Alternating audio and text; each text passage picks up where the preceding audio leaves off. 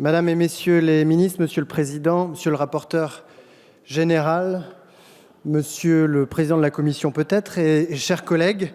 les députés du groupe MoDem se félicitent que cette première partie du projet de loi de finances pour 2020 repose sur deux priorités absolues à leurs yeux, la justice fiscale et sociale d'une part, la transition écologique d'autre part. Justice fiscale d'abord, avec la baisse historique de l'impôt sur le revenu de 5 milliards d'euros, soit un gain pour 17 millions de foyers fiscaux d'environ 300 euros en moyenne, doublé d'une amélioration du barème de l'impôt sur le revenu et du système de la décote qui va rendre cet impôt, ou en tout cas l'entrée dans l'impôt, moins désincitative au travail, et c'est une très bonne chose. Deuxième mesure, la fin de la suppression de la taxe d'habitation, ce qui va permettre, après ces 3 années, de faire bénéficier à 24 millions de foyers fiscaux d'une économie ou d'un gain en pouvoir d'achat d'environ 700 euros. Et puis, il y a dans ce projet de loi de finances une lutte contre la fraude à la TVA qui prend la forme d'une liste noire des plateformes non coopératives et d'une responsabilisation accrue de ces plateformes.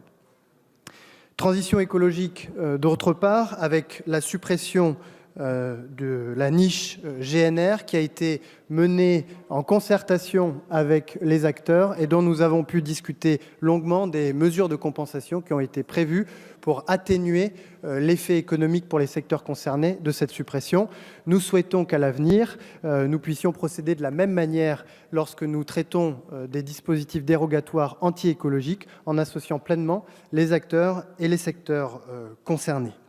Et puis, la conversion du CITE en prime qui va bénéficier en priorité aux ménages modestes et qui va leur permettre de s'équiper, puisque nous savons que l'isolation thermique des bâtiments est évidemment un des instruments majeurs de la lutte contre le dérèglement climatique. Lors de nos débats depuis 2 semaines, le gouvernement a su travailler, écouter les groupes de la majorité et les groupes d'opposition pour faire avancer le texte, et notamment dans 3 dimensions majeures. Sur la question des chambres d'agriculture, d'une part, et je salue le travail de notre collègue Nicolas Turquois,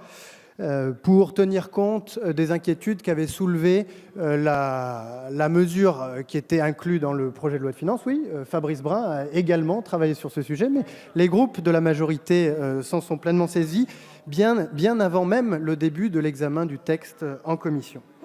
Deuxième sujet, les collectivités locales, et nous nous réjouissons tous de ces avancées du gouvernement qui ont eu lieu lors de la discussion parlementaire. Deuxième sujet, les finances des collectivités locales avec la revalorisation des bases, avec un amendement du rapporteur général qui a lui aussi fait l'objet, je crois, d'un consensus assez large sur tous les bancs, et c'est une bonne chose. Puis enfin, avec un amendement que nous avons examiné hier, la suppression du bornage dans le temps du crédit d'impôt famille qui permet aux entreprises de réserver des places de crèche et de développer l'offre de crèche dans notre pays. Là aussi, le fruit d'une discussion fructueuse avec les groupes de la majorité et de l'opposition. Et puis l'Assemblée a donné raison aux députés du groupe MoDem sur des sujets qui leur tenaient à cœur. Le soutien aux entreprises artisanales et aux PME, le soutien à l'économie non marchande et non lucrative, et puis le renforcement de la justice fiscale. Soutien aux entreprises artisanales et aux PME avec la prorogation du taux de 25% de l'IR-PME qui va permettre de soutenir le développement des PME,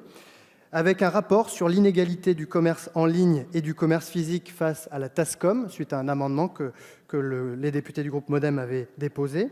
avec un amendement de Sarah El Haïry pour exonérer de TVA les soins dispensés par les pharmaciens, les mettant sur un pied d'égalité avec les autres praticiens de santé. Un amendement de Jean-Paul Mattei qui étend l'éligibilité au FCTVA des dépenses d'entretien des réseaux des collectivités. C'est une des mesures de compensation à la suppression de la niche GNR. Et enfin, le renforcement du financement de la trufficulture de notre collègue Jean-Pierre Cubert-Tafon, qui vient là aussi soutenir un secteur d'activité stratégique pour notre pays. Renforcement ensuite ou soutien à l'économie non marchande et non lucrative, avec un autre amendement de Sarah El Haïry qui relève le seuil maximal de recettes d'exploitation des activités lucratives pour tenir compte de l'inflation. pour les organismes à but non lucratif. Et puis le relèvement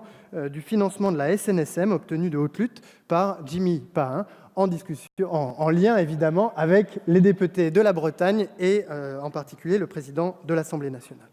Puis dernier sujet, le renforcement de la justice fiscale, avec d'abord un amendement de Jean-Paul Mattei et de son co-rapporteur Coquerel qui baisse le seuil de chiffre d'affaires obligeant les dirigeants d'entreprises françaises à se domicilier en France et qui fait suite à un engagement du président de la République. Et puis un amendement qui met fin au régime fiscal trop avantageux de certains contrats d'assurance vie qui avaient été souscrits il y a plus de 30 ans.